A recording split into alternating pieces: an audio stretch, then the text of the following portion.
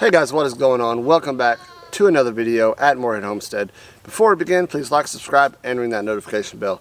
So what we got going on today, I'm about to go, if you can't tell, to the woods pretty soon. But first, this rain and all this wasting feed, I got to thinking, I don't know if you guys have noticed on our videos, but the goats' feed bin's literally just out in the open. I do have holes drilled in the bottom of them to let water drain out so that it doesn't hold water. But when you have feed in there and the feed just kind of gets rained on, it kind of just mats up and plugs the holes, right? So what I'm going to do, we got that big silo that we use as a shelter form. So that other lean-to that's just got the roof on it, I am going to make that the new feeding location. So I'm going to try to get it dragged over here. Probably underneath this bigger tree right here on the slope, and then I'm going to cut the feed bins off the fence here. I'm going to put them underneath it, and I'm going to wire tie them up underneath there so where they stay underneath there, and the feed shouldn't get wet. They'll be able to get under there when it's raining or snowing and eat. And I should have done this a long time ago. Not quite sure why I didn't think about doing it, but I was actually laying in bed last night, and for whatever reason it just came to me. So that's what we're going to do now, and then I may take the other camera hunting with me this evening. I'm going to a place I've never hunted before. It's in the middle of 17,000 acres of public hunting land, and the deer are moving like crazy there. My brother-in-law went this morning, rattled in a nice 8-pointer, but he didn't shoot it because he only has one buck tag left and he wants to save it for a sure enough giant. And we know that there's giants in there. We've hunted the other side of the property before, but this side, in this particular location in there, we've never been. So we're going to give it a shot this evening, and then who knows what can happen this time of the year in the middle of 17,000 acres. There's bucks in there that's probably never been seen before in their life. So when the rut happens, the big bucks do stupid things. So hopefully they'll do it today. But we're going to get this fixed up. On second thought, I'm going to leave it over there where it's at and just take the feed buckets to it because it's closer to their shelter. So I don't want them to have to go from the shelter way over here to eat. If it's snowing or raining, they'll be able to just kind of, close to each other. That's what we're going to do. And I'll show you a little bit what I'm talking about. We've gotten so much rain in the last 3 days. I feed, and overnight, this is overnight. Look at that. Look at that feed that's wasted that they didn't get to eat. So that's what I'm going to try to prevent.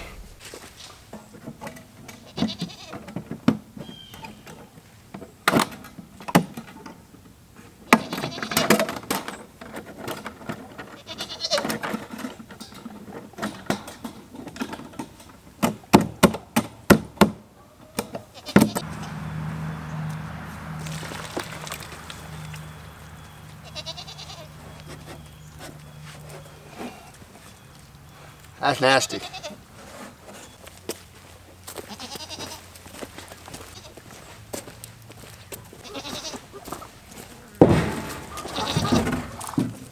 Alrighty, there's one. Now I gotta go run and grab the other one.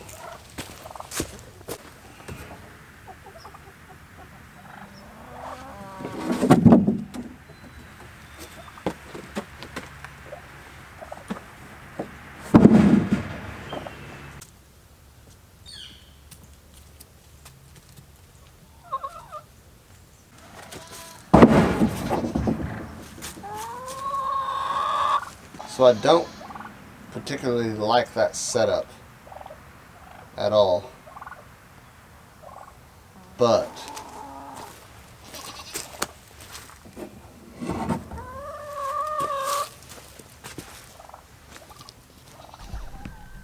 the only thing I have to tie to is those two cross members right there.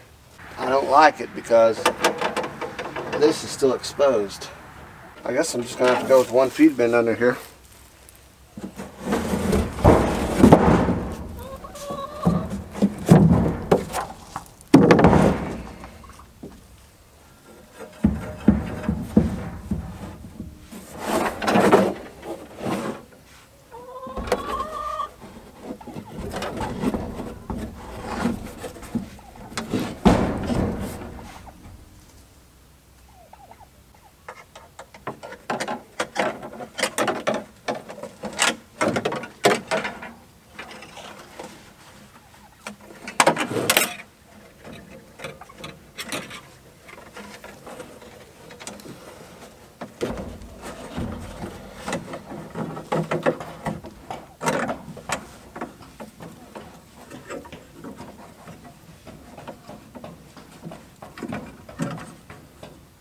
Alright, well, like I said, it's not really what I had envisioned. I was hoping it'd be wide enough where I could get both of them in side by side.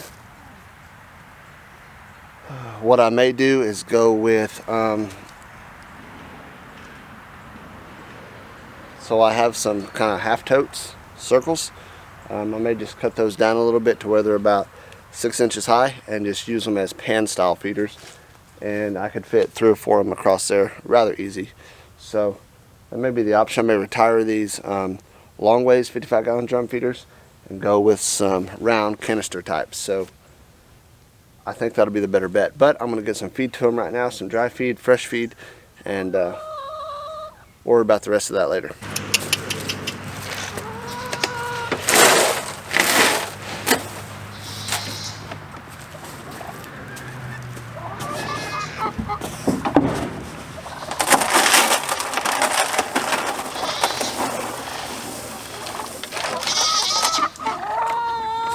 So they're not quite used to their new feeding spot yet.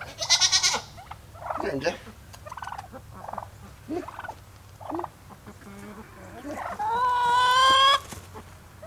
Come here, MJ. Come here.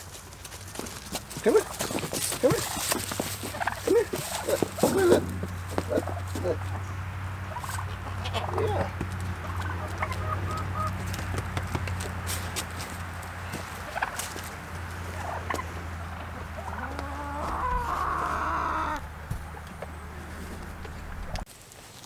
Alright guys, got the animals fed finally. We're going to run back to the woods back here, grab my climbing stand and my camera arm that I left up in the tree, and then we'll catch you guys back here. Let's go get it. So here's my setup that I've been hunting. You can actually see the house right behind me back there. So there's a drops down to a creek and comes back up to the house and then comes back up the hill here. So this is secluded. With all this down trees and stuff right here, you cannot see the house from over here. So they feel comfortable. They hop the fence, they come, they cut through here, and all that jazz.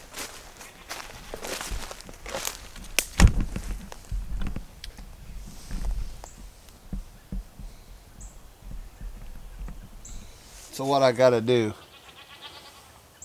I left my camera arm up there, so I gotta get in that stand, shimmy up it, and you guys will get to see how a climbing stand works, and then I got to get that camera arm and come back down.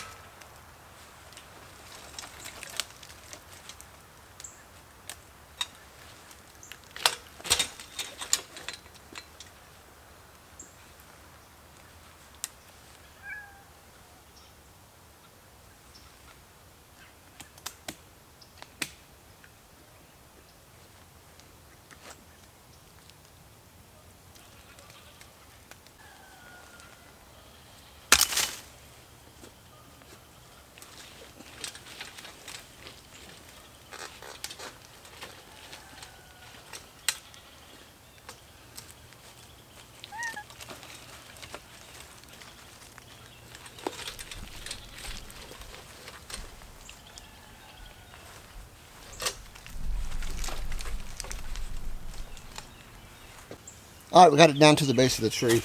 So what I'm going to do now, right there, I got to take it apart, and there, pulling pins, and it'll undo that strap that's around the tree.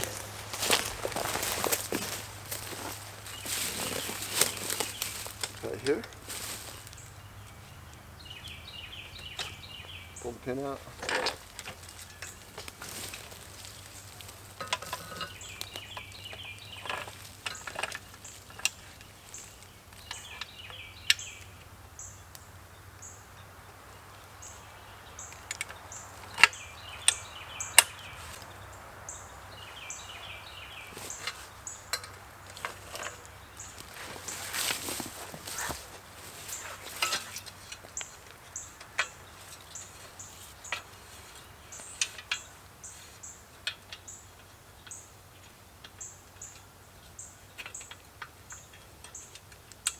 Hey guys, what's going on? As you saw, just got the climbing stand out, all that jazz. That's all we got on today's video. The next time you see me, we're going to be hopefully about 20 foot up in a tree stand on 17,000 acres of hunting land, hopefully with a big old buck coming in.